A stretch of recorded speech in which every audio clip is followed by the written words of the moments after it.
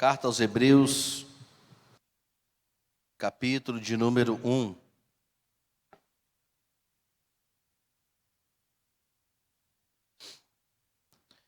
Meus irmãos, nós temos falado um pouco sobre quem é Cristo, quem é Ele para nós, porque às vezes nós não temos uma certa noção ou temos perdido a noção de quem Ele é e o que Ele representa para nós.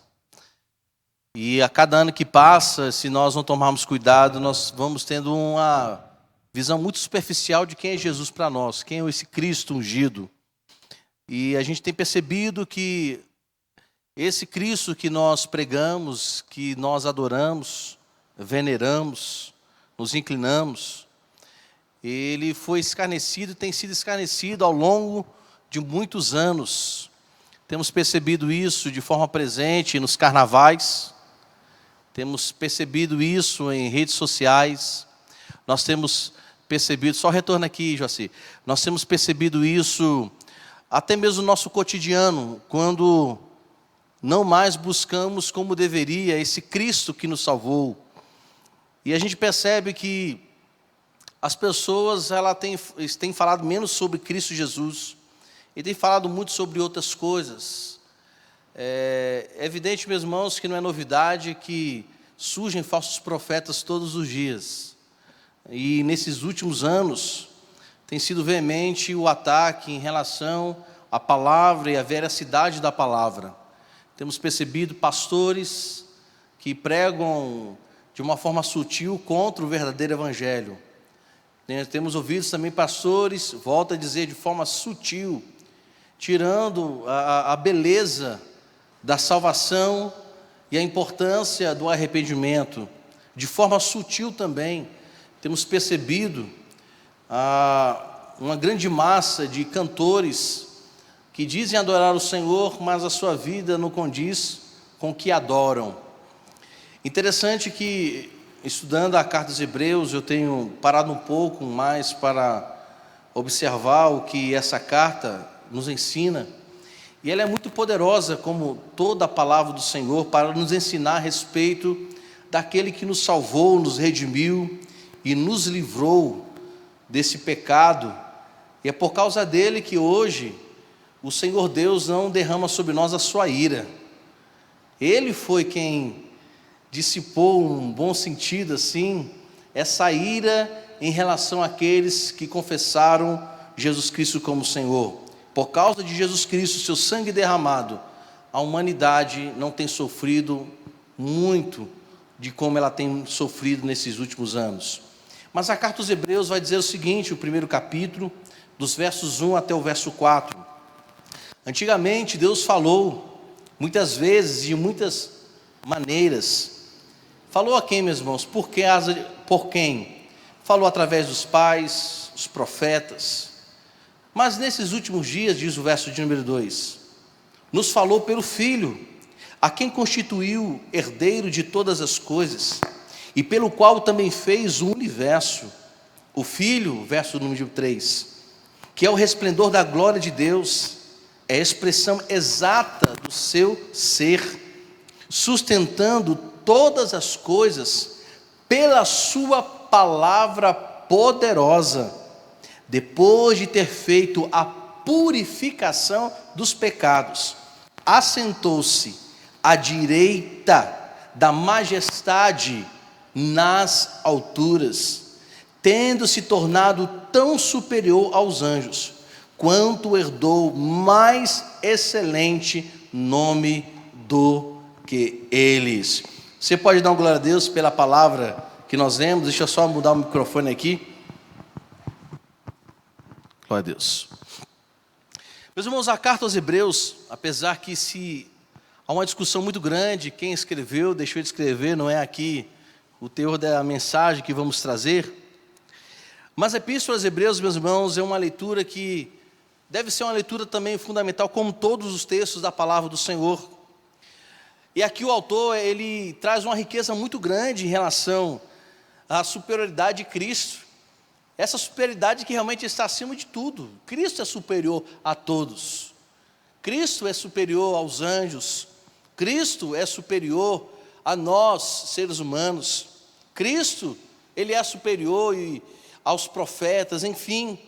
Mas um Deus compassivo e misericordioso que veio este mundo e se entregou por nós, e também a gente percebe que, além de ser um Deus, esse Cristo superior a todos nós, mas a humildade que nos ensinou em relação a dar, a amar, a perdoar. Meus irmãos, somente realmente um Deus tão poderoso, maravilhoso, que poderia ter uma atitude tão nobre como essa.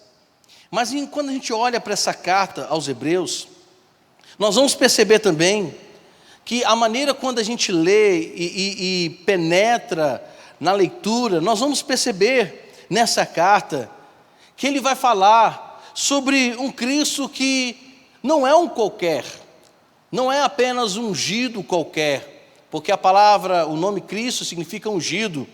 Então esse ungido de Deus, a partir da carta aos Hebreus, revelada aos homens, inspiradas pelo Espírito Santo a escrever, nós vamos ver bem claro aqui, que esse Jesus Cristo é exaltado em todos os momentos, desde o início dessa carta, ao final dessa carta.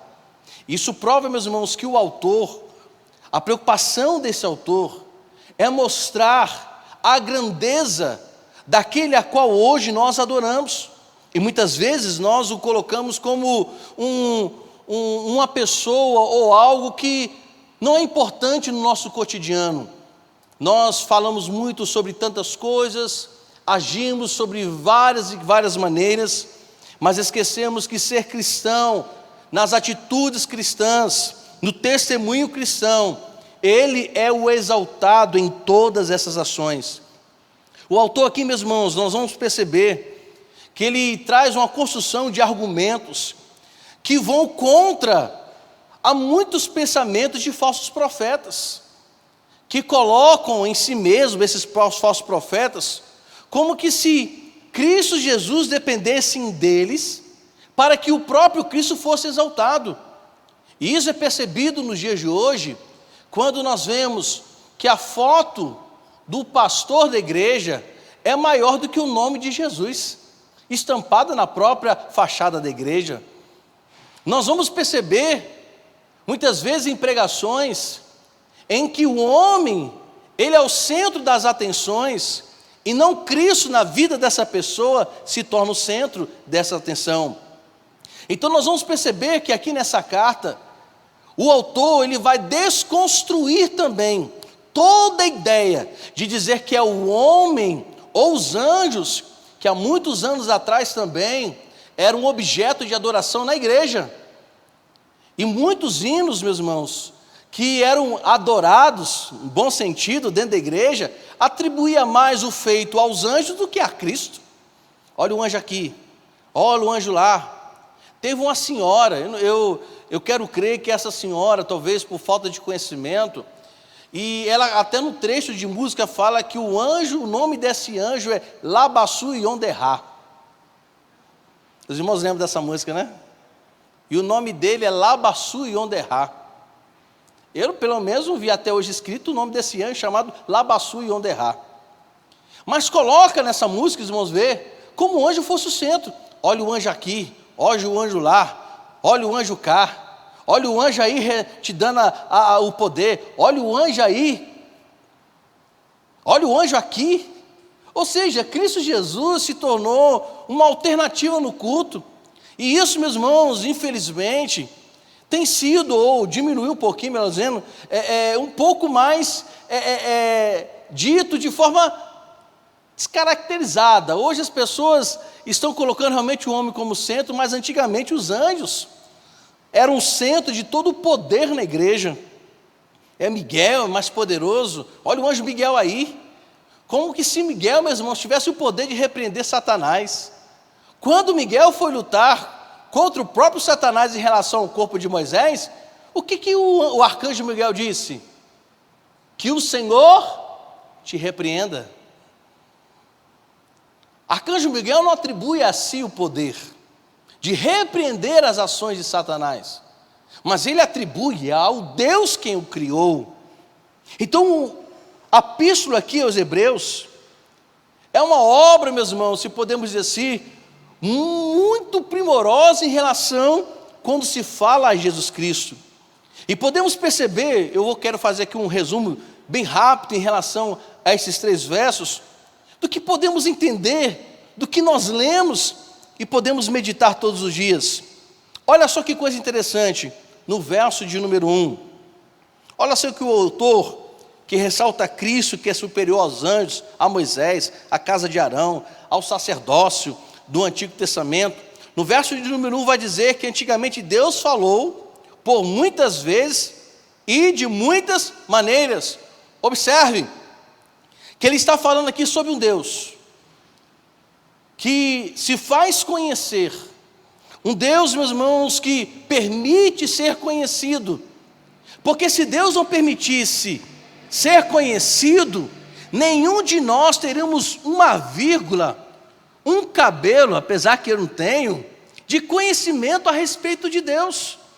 Hoje só sabemos quem Ele é, o poder que Ele tem, e é evidente que esse Deus, ao trazer a sua palavra nos dias de nós, é suficiente para que possamos conhecê-lo. Agora é evidente, meus irmãos, que quando formos arrebatados e estivermos eternamente com Ele lá nos céus, no novo céus e nova terra, haveremos de conhecê-lo como Ele é, face a face. Haveremos de conhecer coisas que aprove Ele não revelar na sua palavra. Volto a dizer, mas essa palavra é suficiente para conhecermos esse Deus. E ele fala que esse Deus antigamente falou. Então os hebreus falam desse Deus, que se fez conhecer, que se mostrou, que trouxe ao ser humano esse conhecimento desse poderoso Deus. Esse Deus que lá na sarça ardente, em Êxodo capítulo 3, verso 14, que quando Moisés sai e ouve a voz de Deus e se aproxima da sarça ardente, Moisés pergunta: como eu vou me identificar? Esse Deus se faz conhecido, diga a eles que eu sou. Eu sou. E o fato de Deus ter falado a Moisés, eu sou, foi suficiente para chegar diante de Faraó e dizer: o eu sou me mandou. O eu sou está dizendo.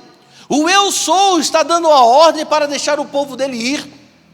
Então, meus irmãos, o autor dos Hebreus está dizendo que se Deus se fez conhecido, Ele se fez, usou várias maneiras para mostrar, para revelar a sua mensagem. Tudo isso conhecemos por causa que Deus permitiu ser revelado. E assim foi durante o tempo. Não apenas o próprio Deus se manifesta, mas como também o autor de Hebreus diz que Ele usou os pais também.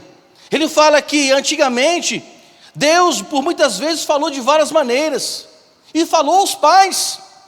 Está se referindo a quem?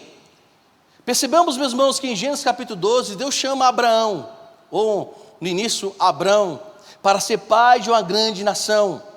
E a partir também dos patriarcas, Abrão, Isaque e Jacó, Deus também se revelou poderoso. Mostrou, a partir de Abraão, que ele levantaria uma grande nação. E essa nação, meus irmãos, foi poderosa, porque Deus estava com eles. Que a partir dos pais, os nossos pais, patriarcas, Deus se revelou aos homens também. Deus se mostrou poderoso em guiar este povo, em sustentar este povo, em mostrar milagres e maravilhas. Então olha esse Deus se revelando também através dos pais, dos patriarcas, do seu próprio povo, que é uma referência, e antigamente era uma referência ainda muito maior, em relação a um Deus que protegia, a um Deus que abria mar vermelho, que abriu o mar vermelho para proteger o seu povo, um Deus que fez com que poucos homens pudessem ser vencedor diante de vários homens, no Deus que chamou Davi tão pequeno, para mostrar ao grandão que esse Deus estava com ele. Deus, a cada dia, a cada ano, mostrando-se poderoso aos homens e até mesmo às nações desconhecidas. Um Deus, meus irmãos, que falou de várias maneiras, mas diz o texto também que falou aos profetas, homens escolhidos por Deus, dentre muitos, para trazer mensagem ao seu próprio povo, para exortar um povo que andava em pecado, para mostrar ao povo que Deus estava com eles, que o Senhor Deus era com eles. Então Deus também usou os profetas para revelar quem Ele era, para mostrar ao povo quais eram os princípios que Ele tinha como Deus e tem como Deus, para mostrar aos povos que esse Deus soberano e criador está presente em todas as coisas. Mas como diz o verso também, que além de usar várias maneiras, aos pais, pelos profetas, mas ele diz que nesses últimos dias, nos falou pelo Filho. Percebamos agora, que o autor se coloca no meio, nos falou, falou para mim, falou para você também. Isso é evidência, meus irmãos, que o autor está dizendo, que esse Deus não apenas esteve presente em todo o contexto do Antigo Testamento, mas o autor está dizendo também que ele fala, e a maneira que ele fala mais poderosa é através do seu Filho, a qual nós lemos em João capítulo de número 1, que o verbo estava com Deus, o verbo era Deus, e este verbo encarnou. Então esse Deus poderoso se revela ainda mais, quando Jesus Cristo chega e nos mostra a realidade da eternidade. Então o autor está se referindo agora ao quê? Aos cristãos, mostrando às pessoas do Novo Testamento, que esse Deus não apenas estava presente no Antigo, mas também é presente agora, é o mesmo ontem, é o hoje e o será eternamente. É esse Deus que nós cremos, e Ele faz essa ponte. Esse Deus poderoso esteve presente no passado, mas também Ele está presente hoje, nos dias de hoje. Então essa narrativa que Ele coloca no plural, nós, agora ouvimos falar sobre Jesus Cristo, o Filho de Deus. O Filho de Deus fala sobre o Pai agora, e o próprio Jesus, meus irmãos, Ele veio cumprir a vontade do Pai, e Ele falava tudo a respeito do Pai, e o mesmo Jesus, esse Salvador, houvera dito, eu sou o caminho, a verdade e a vida, ninguém vem ao Pai, se não for por mim. Então o autor agora está falando sobre a maneira que Deus fala, agora é com o Filho, é pelo Filho, o Filho de Deus. E quem é esse Filho de Deus? Olha, meus irmãos, o que Provérbios do Antigo Testamento vai falar sobre o Filho de Deus. Provérbios 30, verso 4, o autor diz, quem subiu ao céu e desceu? Sabe quem estava adivinhando? Quem é que subiu ao céu e desceu, meu irmão? Quem é que tem o poder disso? Quem pegou o vento, ou quem cessou o vento em suas mãos, ou quem parou os ventos em suas mãos? Quem amarrou as águas na sua roupa? Quem estabeleceu todas as extremidades da terra? Qual é o seu nome? E qual é o nome de seu filho? Se é que você o sabe.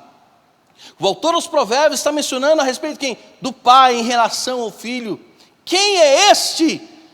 Este que está falando é o próprio Filho de Deus, é o próprio Cristo Jesus, aquele que é poderoso e tem o poder sobre todas as coisas. Então, o Antigo Testamento fala sobre o Filho, aponta para o Filho, para o majestoso Cristo Jesus, de Gênesis a Malaquias, livros do Antigo Testamento, apresentam um Deus poderoso, mas apresenta o Messias Salvador, porque Ele é o centro de todas as coisas. Deus falou, meus irmãos, muitas vezes, evidente como nós vemos, socorreu várias vezes e tem socorrido o povo de Deus. A gente percebe o cuidado de Deus, A gente percebe a maneira como Deus nos conduz. A gente percebe a maneira como o nosso Deus nos trata. Isso é um cuidado poderoso? É. Mas quando ele fala de muitas maneiras, como ele falou através de reis, profetas, juízes, salmistas. Mas no último momento aqui, do verso que nós lemos, que ele falou através do seu filho, ele está dizendo, meus irmãos, que toda mensagem, ela só é uma mensagem verdadeira, se o filho estiver revelado nela. O que o autor aos Hebreus, ele vai mostrar na sua carta, é que não existe mensagem, nem sacrifício perfeito, que não existe nada mais magnífico fora de Jesus Cristo. Ele vai mostrar que não existe nenhum homem, por mais justo que seja, ele é um pecador, mas Cristo Jesus, ele é poderoso, e a sua obra é suficiente, e ele não precisa, meus irmãos, inventar mais nada, porque tudo que ele fez foi maravilhoso, tudo que ele fez foi eficaz. E nós vamos perceber que o autor vai dizer aqui, lá na frente, que não há necessidade mais de sacrifício, porque ele, como sacrifício vivo, foi um sacrifício eficaz, e não há necessidade mais de morrer na cruz, porque uma vez morreu, uma vez ressuscitou, e isso já basta para todos nós. Isso mostra a perfeição do Filho. É por isso que ele fala através do Filho. E como ele expressa isso? Verso de número 3. Quem é esse o perfeito? O poderoso e inigualável? Ele vai dizer no 3.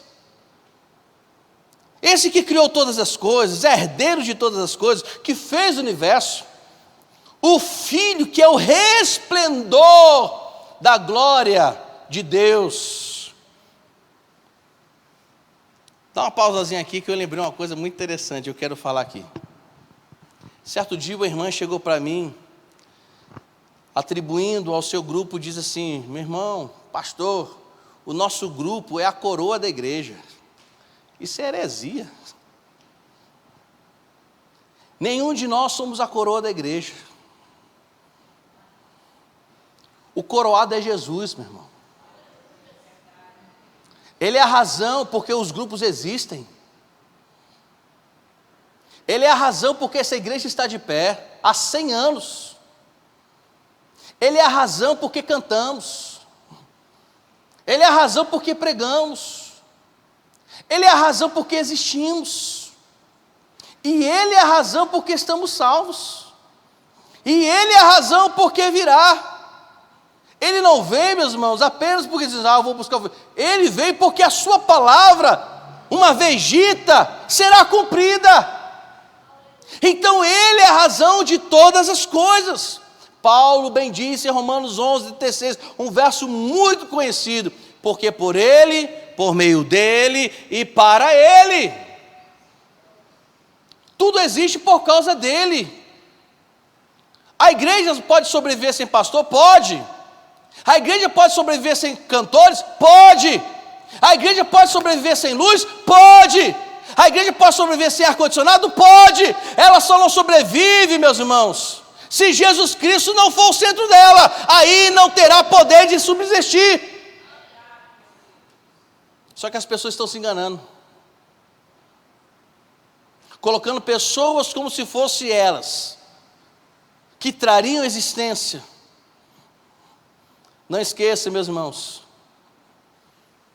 que tem muitos cantores, principalmente americanos que a gente vê aí, que estão estourados aí, ovacionados, idolatrados, e tem uma voz linda, só que eles esquecem que só cantam daquele jeito porque foi Deus quem deu, mas se acham. Quando chega um câncer na garganta, eu quero ver dizer. E a gente sabe, a gente já ouviu várias vezes pregações, né, atribuindo como Titanic, nem Deus afundou. Os Beatles são mais conhecidos que Jesus. Cadê os Beatles? Então a gente percebe, meus irmãos, que este mundo, ele só é existente por causa de Jesus Cristo. E é isso que o autor dos Hebreus está dizendo. Quem é ele? Ele é o Filho. Ele é o Filho de Deus. Ele é o resplendor da glória de Deus. Olha só que coisa forte. A glória de Deus resplandece também por causa de Jesus. Ele, esse Jesus, o Filho, é a expressão exata do seu ser. Não é uma cópia de Deus. Jesus Cristo não é uma cópia de Deus, meus irmãos. Jesus Cristo nem é gêmeo de Deus. Ele é o próprio Deus. É a expressão exata da santidade, de pureza, de riqueza, de atributos como onisciência, onipotência, onipresença. Eu estava falando até para o irmão ali, o atributo da presciência, do conhecimento das coisas que estão no futuro. Melhor dizendo que as coisas hoje para Deus já é passado. Jesus não é cópia de Deus, é o próprio Deus, é a expressão exata. O autor vai dizer que por causa dele todas as coisas são sustentadas por causa da sua palavra. O verde só é verde por causa da palavra que ele deu. O mundo só é mundo porque pela sua palavra trouxe existência.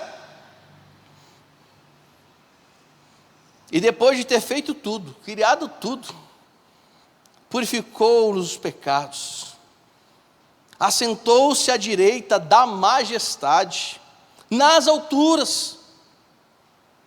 Então o escritor, meus irmãos, está mostrando muito bem claro, falando da pessoa de Cristo Jesus, explicando que não é qualquer pessoa, é a expressão exata de Deus, é o resplendor da glória de Deus.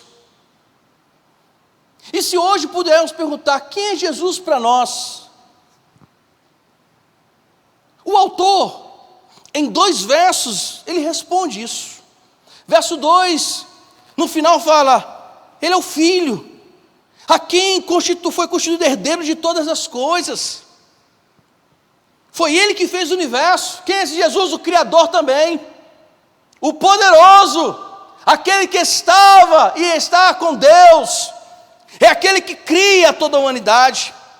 Verso 4, quem é esse Jesus?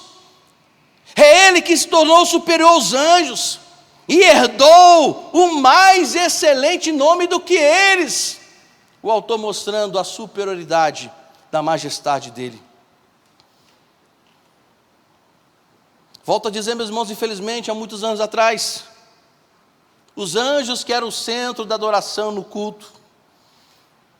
E eu já disse aqui aos irmãos, eu tenho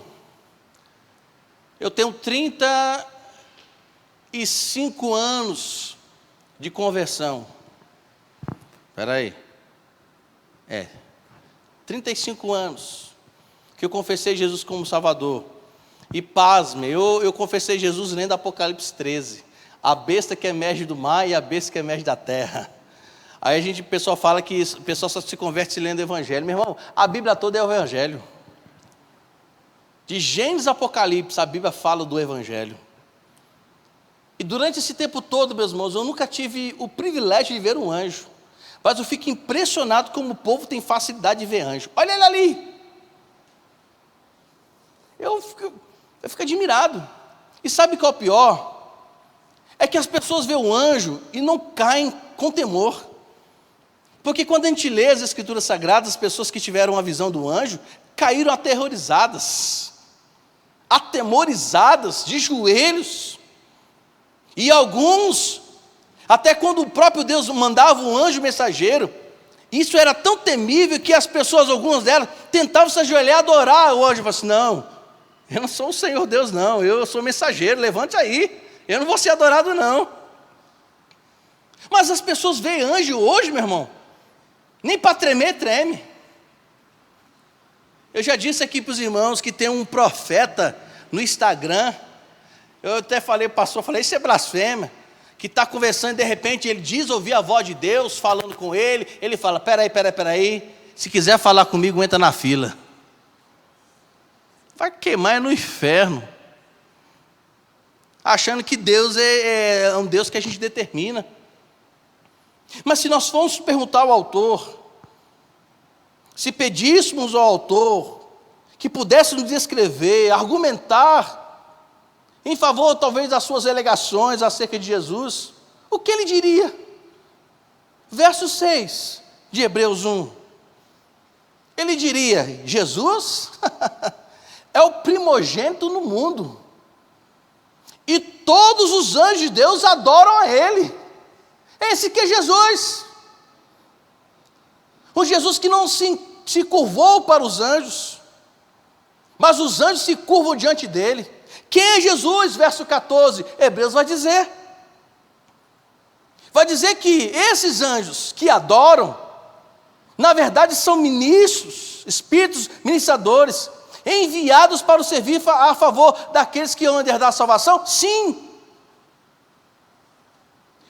É colocando que esse Jesus é superior, é mais poderoso, maravilhoso, Senhor, porque o anjo não é a expressão exata de Deus. O anjo não é o resplendor da glória de Deus, mas Jesus é. Então o autor está dizendo, meus irmãos, que poderoso Cristo, inigualável esse Cristo Jesus. Ele vai apresentar, interessante, algumas declarações em relação a esse Jesus. E aqui, meus irmãos, eu destaco 9 declarações que o autor faz em relação a Jesus. No verso de número 2, o autor vai dizer que ele é o herdeiro de tudo. Jesus, o Filho de Deus, é o herdeiro de todas as coisas. Paulo, escrevendo aos Romanos capítulo 8, verso 17, Paulo vai dizer o seguinte: e se nós somos filhos, somos logo herdeiros também. Por que somos herdeiros? Porque por causa de Cristo, hoje, somos filhos adotivos do Pai. Hoje nos tornamos filhos de Deus por causa de Jesus. E ninguém se torna filho de Deus se não confessar o Filho. E às vezes o pessoal fala: não, eu sou filho de Deus. Só pode ser filho e só pode ter o pai se tiver Jesus. Sem Jesus não tem pai. E sem Jesus também não tem herança celestial. Paulo vai continuar dizendo: somos herdeiros, co-herdeiros de Cristo. Se é certo que com Ele padecemos, para que também com Ele sejamos glorificados. Observe bem, por causa de Cristo, diz Paulo, que não apenas somos herdeiros e co-herdeiros de Cristo, mas também, meus irmãos, adquirimos uma herança, no bom sentido aqui que eu quero falar, de padecer por causa dele, de ser, meus irmãos, muitas vezes perseguidos por causa dele. Mas até a irmã diz, para ser perseguido por causa de Jesus Cristo, há bem-aventurança. Olha o que Jesus Cristo ensinou no Sermão do Monte: bem-aventurado vocês são, se alguém perseguir, injuriar, difamá-los por causa do meu nome, vocês já têm o reino de Deus lhe esperando. Até para ser perseguido por causa de Cristo é alegria. Então observe que Hebreus está dizendo que ele é o herdeiro de tudo, e por ele ser herdeiro, a herança que nos foi deixada, a grande e maravilhosa salvação, tudo por causa de Jesus Cristo. Ele não apenas diz que ele é o herdeiro de tudo, de todas as coisas. Verso de número 2, a parte final fala: ele também fez o mundo, fez o universo. Esse Jesus poderoso, ele criou todas as coisas. Apocalipse capítulo 4, verso 11 diz: ao Senhor Jesus seja glória, honra pelos séculos dos séculos, porque tudo foi criado pela sua palavra, e por causa dela veio existir, atribuindo a Jesus Cristo. O mesmo significado, verso 11 do capítulo 4 de Apocalipse, nós vamos achar também, pasmem, no capítulo 7 de Apocalipse, verso 11. Atribuindo que Jesus Cristo, por causa dele, pela sua palavra e pelo seu poder, as coisas vieram a existir. E a gente percebe isso também aonde? No Salmos 24, no Antigo Testamento, fazendo referência ao Messias, E o salmista diz no Salmos 24, no primeiro verso: ao Senhor pertence a terra e toda a sua plenitude, o mundo e tudo que habita nela. Então ele, não apenas o herdeiro, ele é o Cristo poderoso que criou todas as coisas. Interessante, meus irmãos, que Paulo, quando escreve a sua carta aos Colossenses, ele também volta a enfatizar e mencionar quem é esse Jesus. Olha só o que está escrito em Colossenses 1, no verso 16. Paulo vai dizer: porque nele, em Cristo, foram criadas todas as coisas. Qual coisas? Observem que ele amplia tudo. Ele não limita o poder de Deus na criação. Ele diz: tudo foi criado, tudo que há nos céus. E quando fala sobre céus, a gente não apenas vamos mencionar a atmosfera da Terra.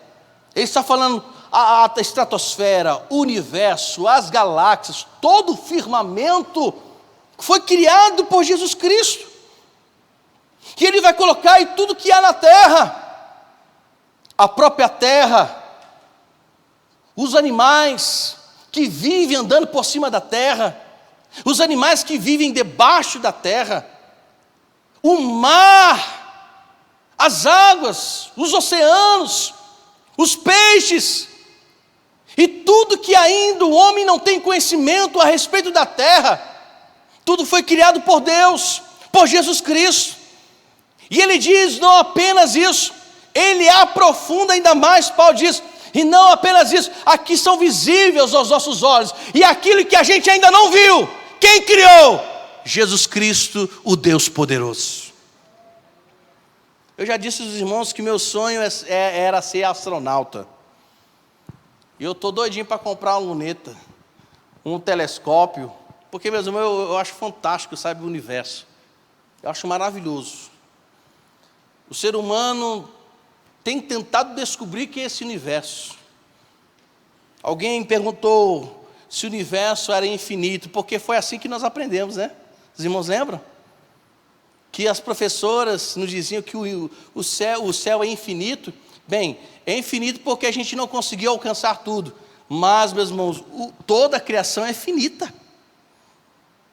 E eu já disse aos irmãos aqui que Deus enxerga toda a criação, junta todas as galáxias, anjos, seres. Se existir ET, não sei não, mas se tiver ET, até ET entra no meio, se é que existe.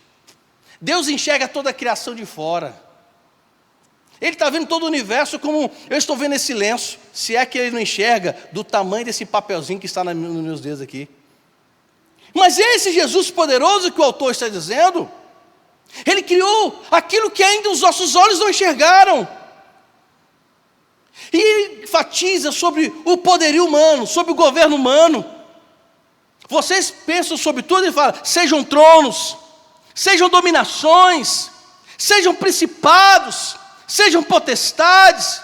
Tudo foi criado por Ele e para Ele. Aqui a gente mensura quem é esse Jesus que nós servimos.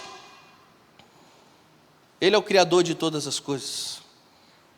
Ele, o verso de número 3, é o resplendor da glória de Deus. Resplendor da glória de Deus.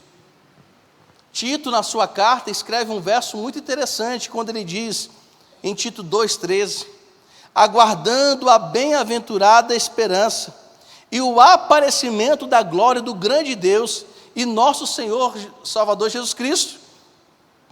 Tito colocando assim: eu aguardo esse resplendor da glória de Deus, a qual o próprio Deus, meus irmãos, quis que Cristo Jesus tenha toda a plenitude. Ele vai dizer ainda que não apenas é o resplendor da glória, é a expressão da imagem de Deus. Ele é o verbo de Deus. Ele é o ser que tem com Deus todo o poder. Ele é essa pessoa que tem um domínio em suas mãos, que foi-lhe dado toda a autoridade nos céus e na terra. Ele é o resplendor da glória de Deus. Por isso que Jesus disse: quem vê a mim, vê o Pai que me enviou. Ele é o que sustenta todas as coisas, como nós lemos. Todas as coisas subsistem por Cristo, por causa de Cristo. Colossenses 1,17, Paulo também falando sobre isso. Ele diz que Ele é antes de todas as coisas, e todas as coisas subsistem por Ele. Outra coisa que o autor fala, que esse Jesus Cristo, que sustenta todas as coisas, purificou os cristãos dos seus pecados.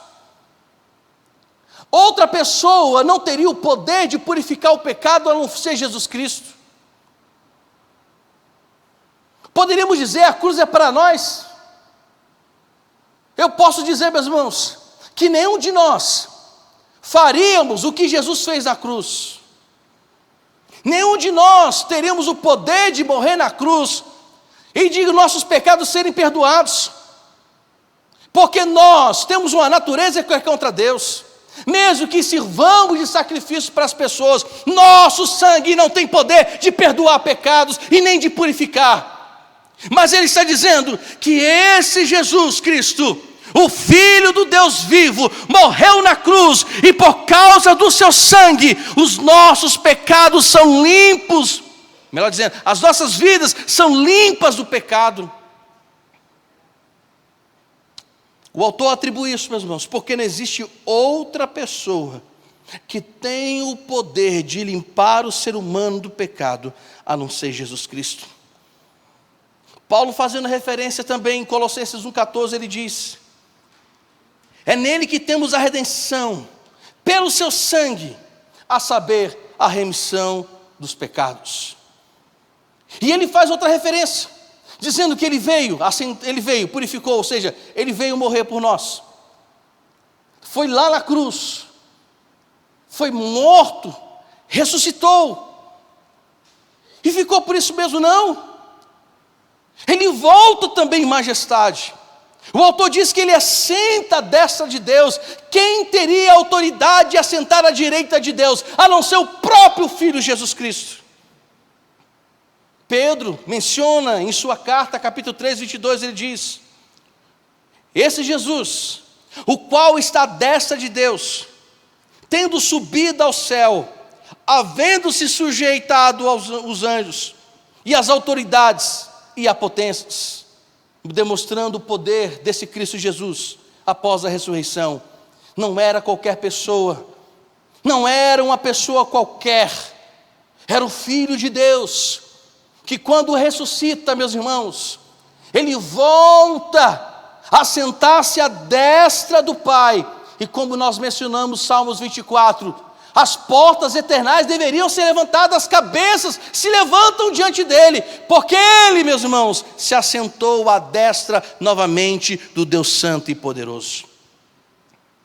E ele vai terminar o verso mencionando, eu quero aqui destacar as últimas duas coisas: que o Filho é o resplendor da glória de Deus, é a expressão exata do seu ser, sustenta todas as coisas por sua palavra. Depois de ter vindo ao mundo, morrido por nós, purificado do pecado, ele volta, se assenta ao lado da majestade nas alturas. E o verso 4, tendo-se tornado superior, tão superior aos anjos, quanto herdou mais excelente nome do que eles. Ele é mais excelente que os anjos. Porque em Efésios 1, Paulo vai dizer que ele está acima de todo o principado, que ele está acima de todo o poder, que Cristo está acima de toda a potestade, o nome dele está acima sobre todo o domínio, e tudo que se nomeia também está acima de todas as coisas, não apenas nesse século, mas os séculos que hão de acontecer. Paulo está dizendo que Jesus Cristo, o nome dele, é o nome sobre todos, é o único nome que Satanás, meus irmãos, se recua-se quando ouve. As enfermidades, elas somem quando o nome de Jesus Cristo é proferido. Por isso que Jesus Cristo disse aos seus discípulos: ide, pregue o evangelho, diga o meu nome, e em meu nome os demônios sairão, os cegos ficarão curados da sua cegueira. E é evidente, meus irmãos, segundo a vontade do Senhor, ao pronunciar esse nome de Jesus Cristo, até morto ressuscita, porque foi-lhe dado toda a autoridade e a mais ninguém. Ninguém se ache Deus, porque não existe outro além de Jesus Cristo. Porque ele termina dizendo, esse Jesus herdou um nome excelente. Isaías, profeta, menciona, qual é a beleza desse menino que haveria de nascer? Isaías 9,6 diz, porque um menino nasceu, um filho nos deu, e o principado estava sobre os seus ombros. Mas qual é o nome dele? Quais são as atribuições, os adjetivos desse Jesus Cristo? Ele é maravilhoso conselheiro, é o Deus forte, é o Pai da eternidade, e ele é o príncipe da paz. Finalizando, meus irmãos, nós vamos perceber que o autor aos Hebreus, falando dessa revelação do próprio Deus, falando do poder que o Filho tem, ele exalta Cristo Jesus, coloca Jesus Cristo como centro de todas as coisas, porque ele é o centro de todas as coisas. E aqueles que não têm, e aqueles que não se arrependeram porque não o confessaram, ele é o majestoso, sim, mas chegará um dia que o próprio Jesus, que é Salvador, será também o juiz de todos. Hoje, ele é chamado de advogado nosso, junto ao Pai, o mediador. É aquele, meus irmãos, que nos leva até o Pai. Ele é majestoso como o Hebreus o menciona, o magnífico, o resplendor. Contudo, se nós não tivermos em nosso coração, na nossa mente, o dia que ele voltar, a sua volta para uns será uma volta terrível, mas para aqueles que aguardam nele, estão nele e vivem para ele, o seu retorno é um retorno de glória. E eu quero terminar essa mensagem apenas lendo alguns versículos de Colossenses 1, do 14 ao 19. Paulo diz o seguinte, é nele que temos a redenção, a remissão dos pecados. Ele é a imagem do Deus invisível, o primogênito de toda a criação. Verso 16, Paulo diz em Colossenses, pois nele foram criadas todas as coisas, nos céus e sobre a terra, as visíveis e as invisíveis. Tudo foi criado por meio dele. Ele é antes de todas as coisas, sim. Nele tudo subsiste, sim. Ele é o cabeça do corpo, que é a igreja. Ele é o princípio, o primogênito dentre os mortos, para ter a primazia em todas as coisas, porque Deus achou por bem que nele residisse toda a plenitude. Os irmãos percebem a semelhança que Paulo escreve com a semelhança do que nós falamos em Hebreus 1? Os irmãos percebem, meus irmãos, que Paulo tem a mesma percepção do autor aos Hebreus? Eu não quero aqui falar quem foi o autor, mas a gente percebe que esses homens, os apóstolos de Jesus Cristo, tiveram a mesma percepção sobre Jesus Cristo. E eu pergunto à igreja, Cristo, o poderoso e inigualável Senhor, o que Ele representa para você? Quem Ele é para você? E por que você vive? E por que você está aqui na igreja? Qual é a razão por que você se levanta todos os dias? Qual é a razão por que você se deita todos os dias? Só existe uma razão: Jesus Cristo. É Ele que está conosco todos os dias, porque Ele mesmo disse, vou estar com vocês. É Ele que passa conosco quando as provas vêm. É Ele que nos dá, meus irmãos, forças para resistir todas as tentações. É Ele quem nos assegura a moradia celestial, porque sem Ele, tudo que existe, meus irmãos, é vão, passageiro é morte, mas ele é chamado a vida eterna, o pão vivo que desceu do céu, a fonte da água da vida, e quem bebe dele jamais tem sede. Você pode fechar os seus olhos? Pai Celeste, graças te damos, ó Pai,